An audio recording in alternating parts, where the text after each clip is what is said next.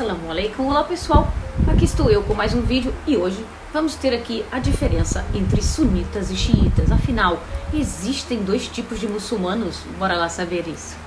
Fiquem comigo. Os muçulmanos, sunitas e xiitas, eles chegaram a uma parte da história onde eles se dividem.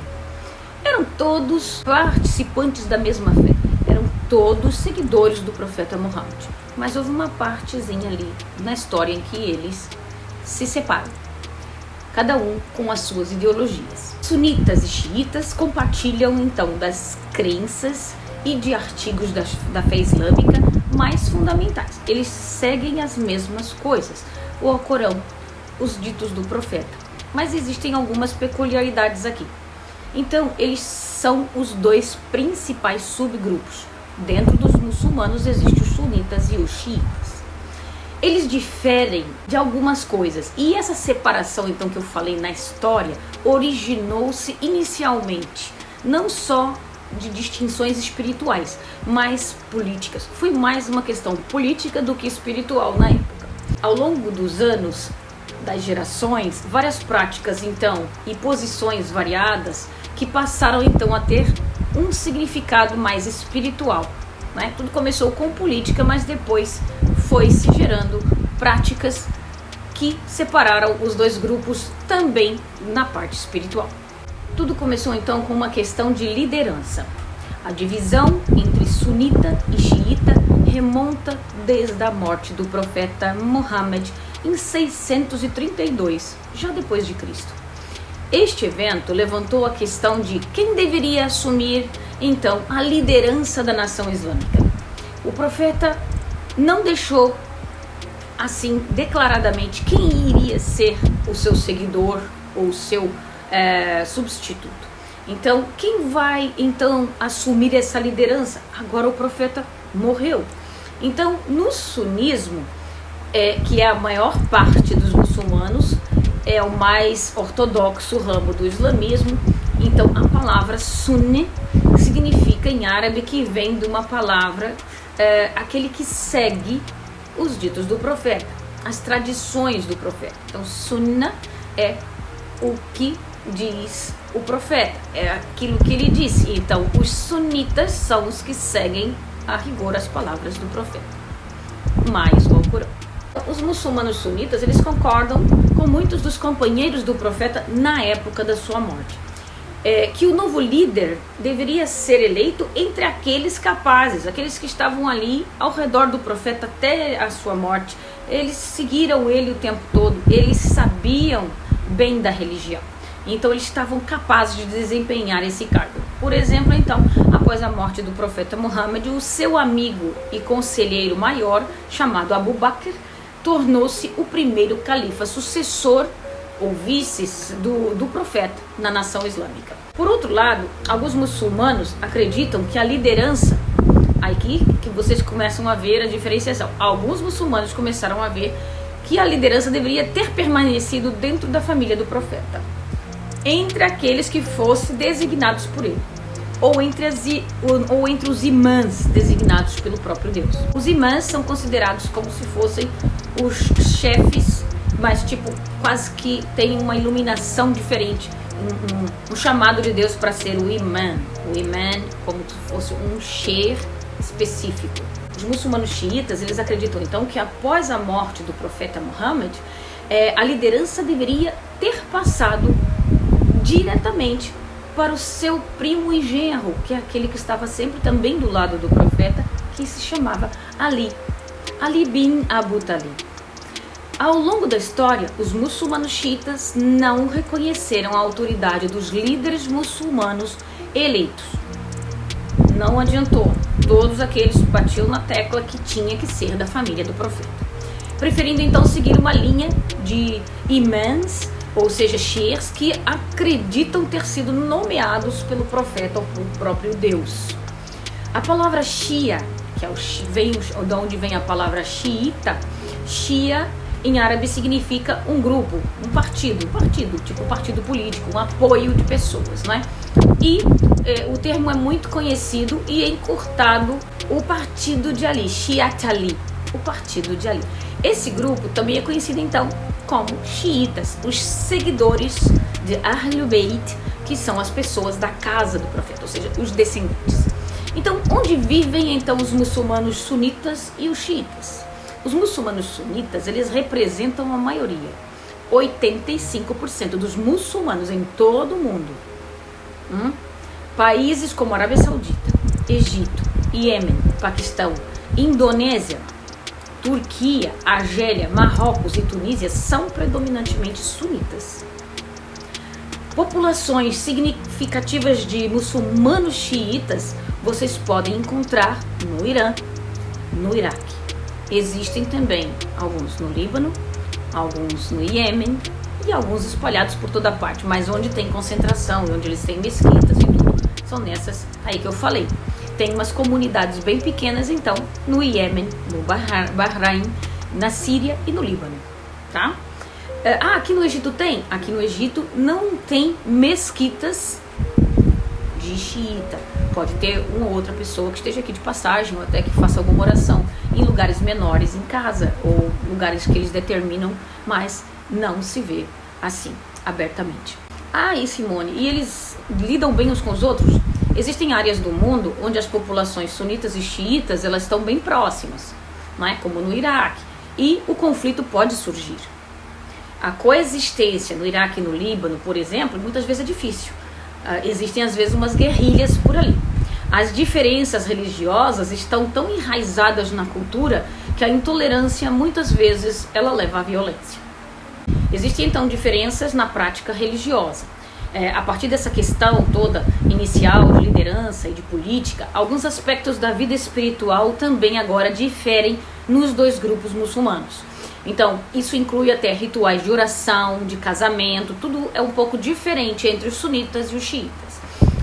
Então, nesse sentido, muitas pessoas comparam os dois grupos até com católicos e protestantes, né? Fundamentalmente, eles compartilham algumas crenças comuns, como, por exemplo,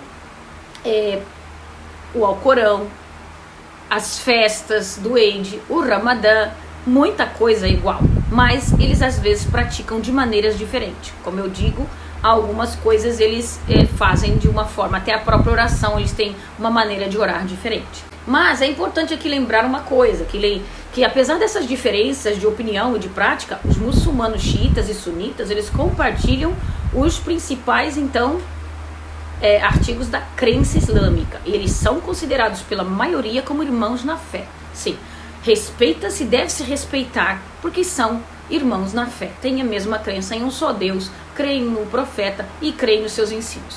Então, na verdade, a maioria dos muçulmanos não gosta muito até nem de se distinguir alegando que pertence a um grupo em particular. Eles preferem dizer simplesmente, eu sou muçulmano. Porque existe sempre uma dúvida, às vezes, no ar, e não gostamos de segregar irmãos. Claro que isso, na presença de política, muitas vezes muda, gente. Então, a liderança religiosa, para os muçulmanos xiitas, eles acreditam que o imã, ele não tem um pecado por natureza. É como se ele fosse um padre. Vamos lá fazer uma comparação para vocês entenderem melhor. Então, eles acreditam que esse imã, esse sheikh, na parte xiita, não tem pecado por natureza. E que a sua autoridade é infalível, porque vem diretamente de Deus. É como se ele fosse um profeta na terra. Portanto, os muçulmanos xiitas costumam às vezes venerar os imãs como santos. Então eles são muito parecidos à parte católica, onde tem os santos.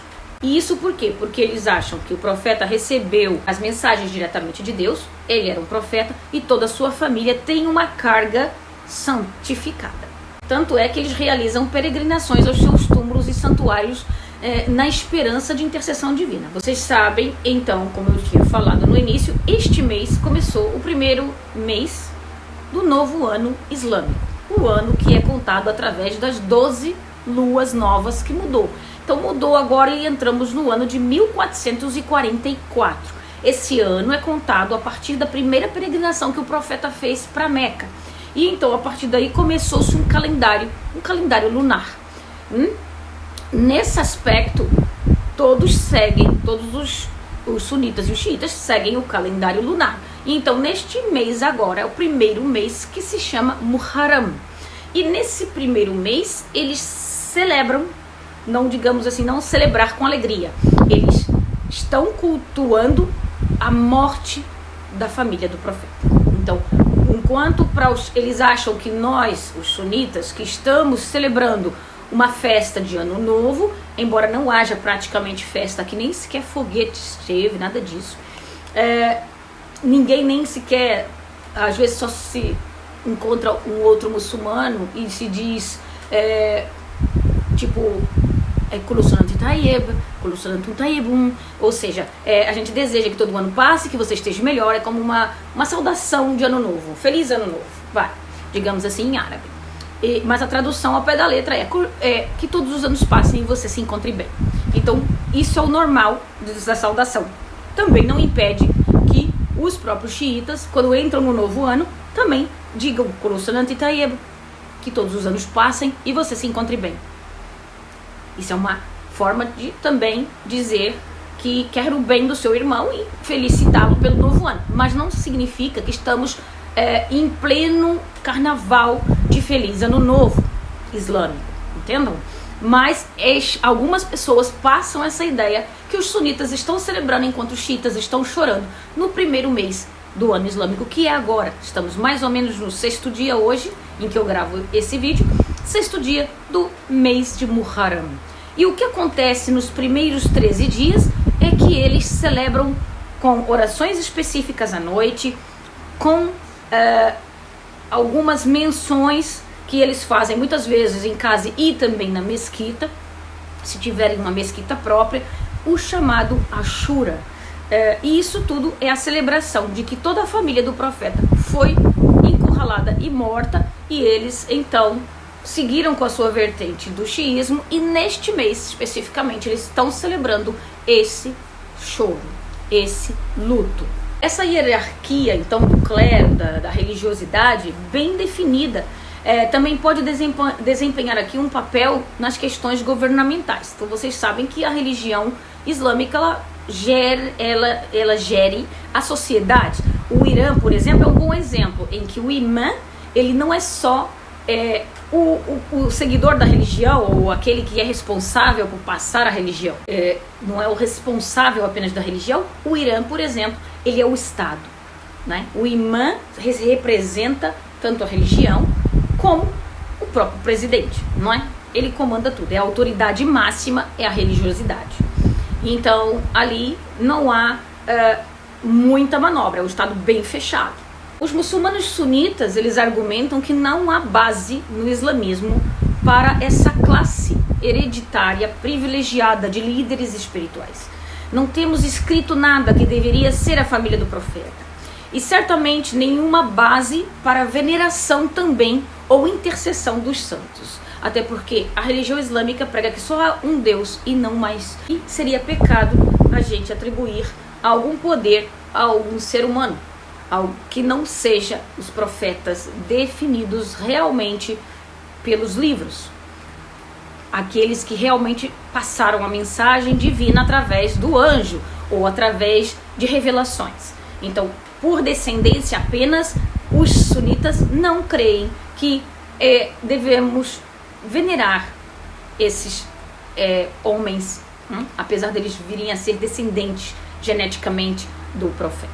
Os sunitas então afirmam que a liderança da comunidade não é um direito de nascença, você não nasce já com aquilo, mas sim uma confiança que é conquistada e que pode ser dada ou tirada pelo povo, ou seja, é democrática, tem que ser avaliada e eleita. Então, textos e práticas religiosas dos muçulmanos xiitas e sunitas, eles seguem o Alcorão, seguimos todos o mesmo livro, bem como os ditos do profeta, os costumes. Estas são práticas fundamentais da fé, dessa não pode se livrar, senão você não é muçulmano. Eles também aderem aos 5 pilares, ou seja, tem que fazer a profissão de fé de que não há mais nenhum Deus, só um Deus. Eles têm que fazer as orações diárias 5 vezes ao dia, eles têm que pagar o zakat, que é a caridade anual, e também depois do Ramadã, tem que fazer o jejum do mês do Ramadã e tem que fazer a peregrinação em Meca. Tem não, se conseguir, esses são os 5 pilares que deve-se tentar fazer em vida.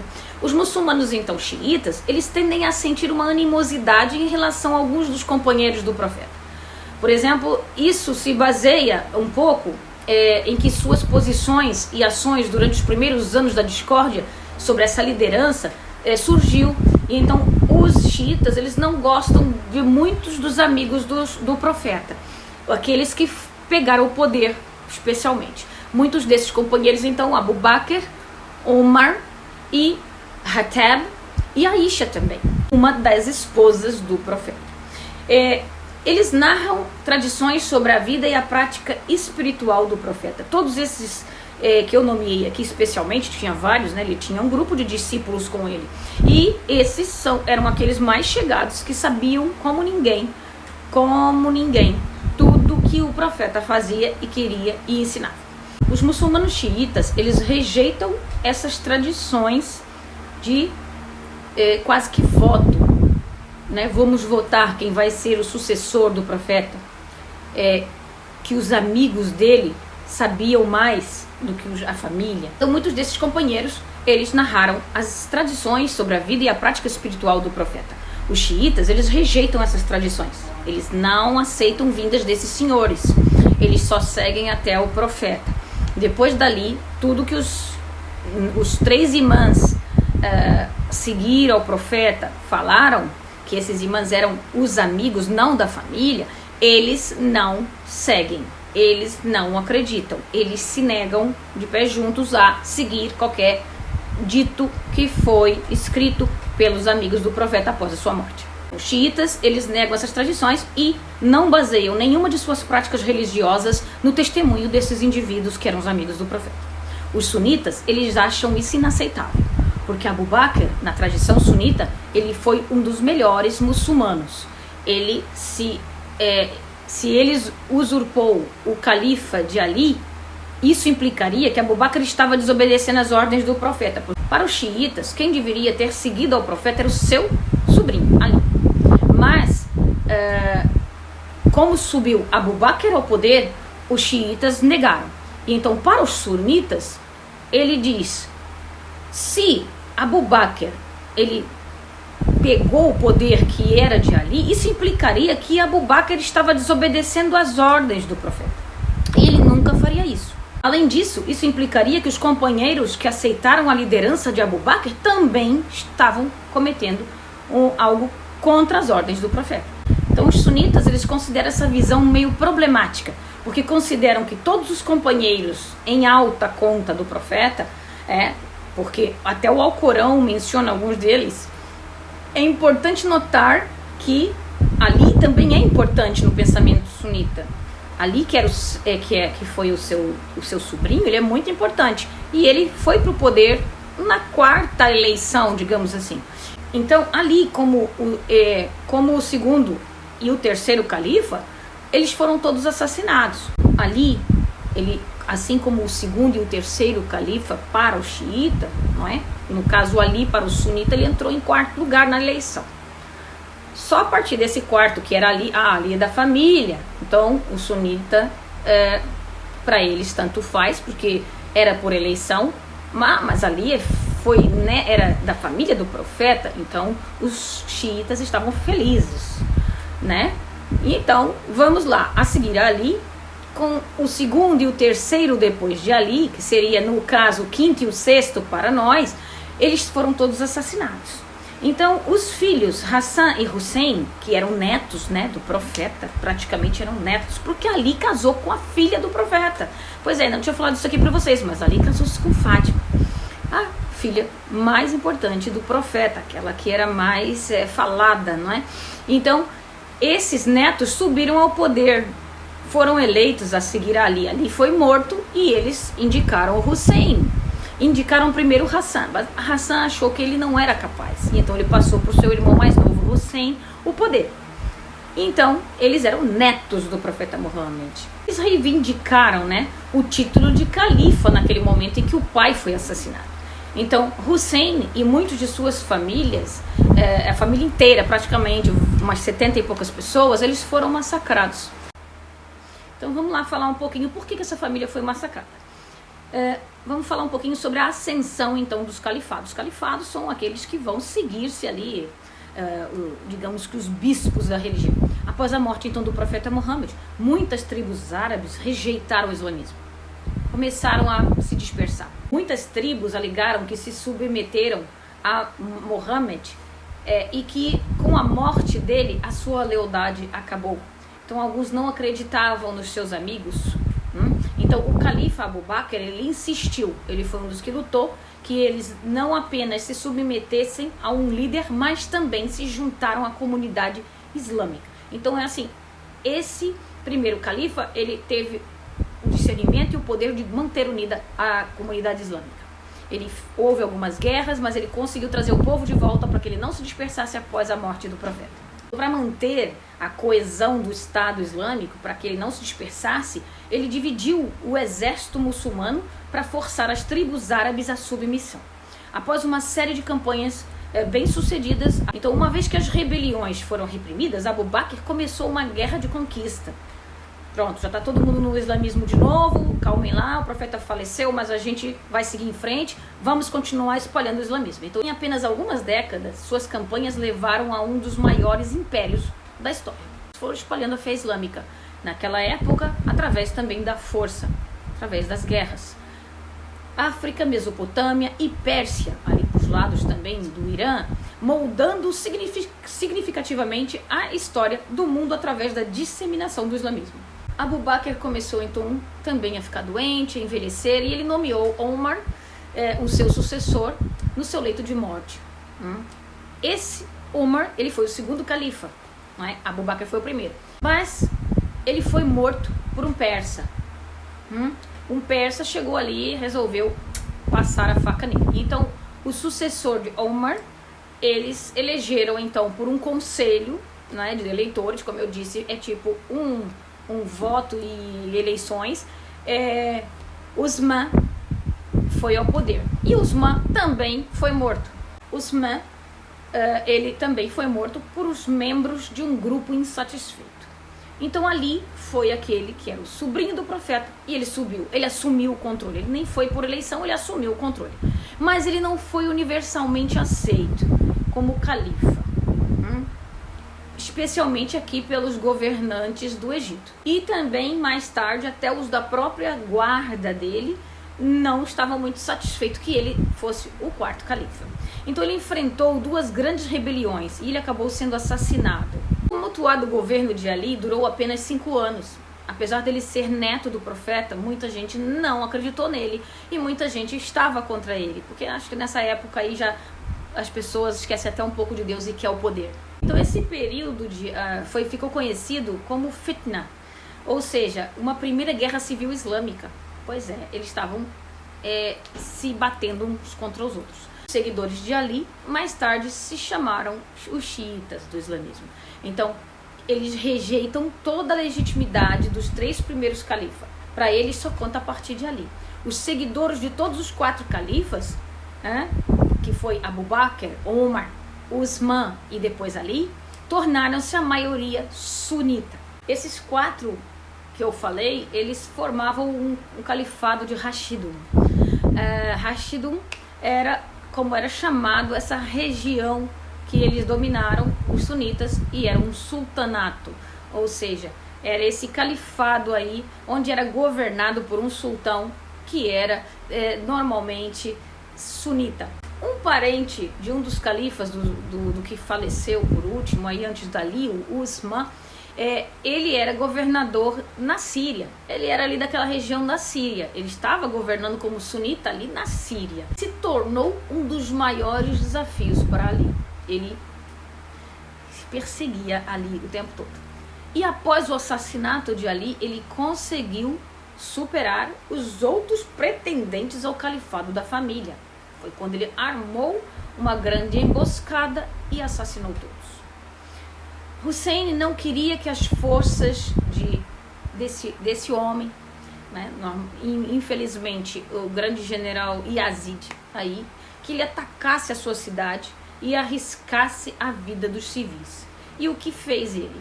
Junto com sua família, 72 companheiros, Hussein, que era filho de Ali, neto do profeta Muhammad, todos descendentes, fez um caminho para o Oriente, buscando obter apoio para sua revolta, evitando a violência. Porque se Yazid entra na cidade, todo mundo ia morrer, mesmo aqueles que eram inocentes. Então, para ele evitar isso, ele catou toda a família do profeta e saíram, assim, numa peregrinação forçada. Mas um exército de 30 mil homens os aguardavam num local e nessas planícies quentes de uma terra chamada Karbala, no atual Iraque. Pois é. E é neste mês que o Iraque, em Karbala, está repleto de peregrinos chorando o luto dessa família de 72 pessoas que foram emboscadas, que foram vítimas de uma emboscada. As forças de Yazid cortaram o fornecimento especialmente de água para a família. Eles fizeram uma emboscada à beira de um rio e não deixavam eles sequer pegar água. Então, para a família toda de Hussein, que estava ali reunido tentando fugir dessa emboscada, tinha mulheres e crianças. E isso foi já em 680 depois de Cristo. Após 3 dias sem água e comida, naquele calor escaldante ali do Iraque, Hussein se levantou e ele caiu valentemente no que é conhecido como a Batalha de Karbala. Bem, eu resumi para vocês entenderem. Eles foram mortos um a um e Hussein foi um dos últimos a ser mortos. Ele acabou por se entregar.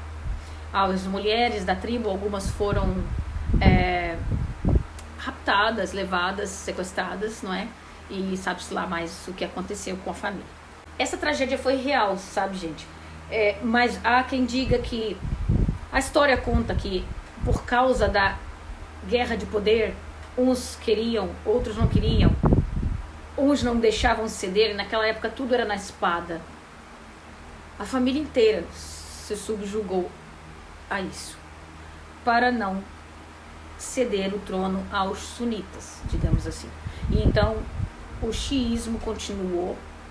Nem todos acreditam, aos que creem, aos que não creem, mas eu estou explicando aqui, indiferentemente da minha opinião pessoal, eu estou tentando apenas explicar a história para vocês. Como ele matou toda a família do profeta, esse homem, que era um primo lá de um dos califas, o terceiro que faleceu, que era da Síria, que estava lá, não era da Síria, mas ele estava gerindo a Síria, ele transformou o califado em... Eu pegar esse califado e fazer uma coisa hereditária novamente, mas dentro sem ser hereditária da parte do profeta, fundou a dinastia Omíada e áreas que estavam anteriormente até no domínio persa, bizantino, sassânida. Os califas reduziram os impostos, eles forneceram maior autonomia local, os seus governadores delegados, claro, né, que ele tinha cada um, eles colocaram no lugar e realmente eles sabiam até governar.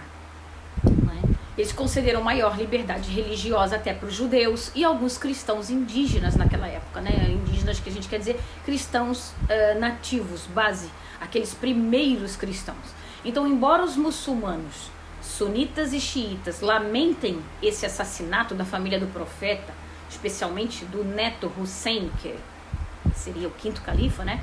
Os xiitas marcam um dia específico no mês islâmico, que é este agora que está acontecendo neste momento, que é o mês de Muharram, para lamentar então esse assassinato. Todos os anos isso acontece. Os sunitas não o fazem. Os sunitas não se dedicam nesse mês a fazer esse tipo de celebração. Lamentam a morte, mas seguem normal. Por quê? Porque na base islâmica diz que não devemos chorar os mortos de forma que eles sejam mais que Deus. E isso, para a visão sunita, é como se estivesse adorando aos santos, adorando a pessoas que morreram normalmente, como nós também seremos. E então não há essa celebração no sunismo. Então o que acontece? Eles, neste momento, eles choram esse luto. A maioria dos muçulmanos xiitas acredita então que depois de Ali existem 12 imãs. Os imãs são os tais especiais sheikhs, líderes da religião. Eles não acreditam em nada para trás do profeta, eles saltam para a família do profeta sempre, sempre, sempre. Eles acreditam que o último desses 12 imãs, que foi todos da família do profeta, ele desapareceu no Iraque no século IX. Eles acreditam que ele retornará como um Messias, que ele também vai ajudar no julgamento final na Terra, não é? Os muçulmanos xiitas, então, ele acredita que os imãs sempre têm uma linha direta com Ali, enquanto os sunitas não têm hierarquia no clero, é eleito e pronto. Pode ser uma pessoa qualquer que tenha conhecimentos suficientes e passe na prova, digamos assim.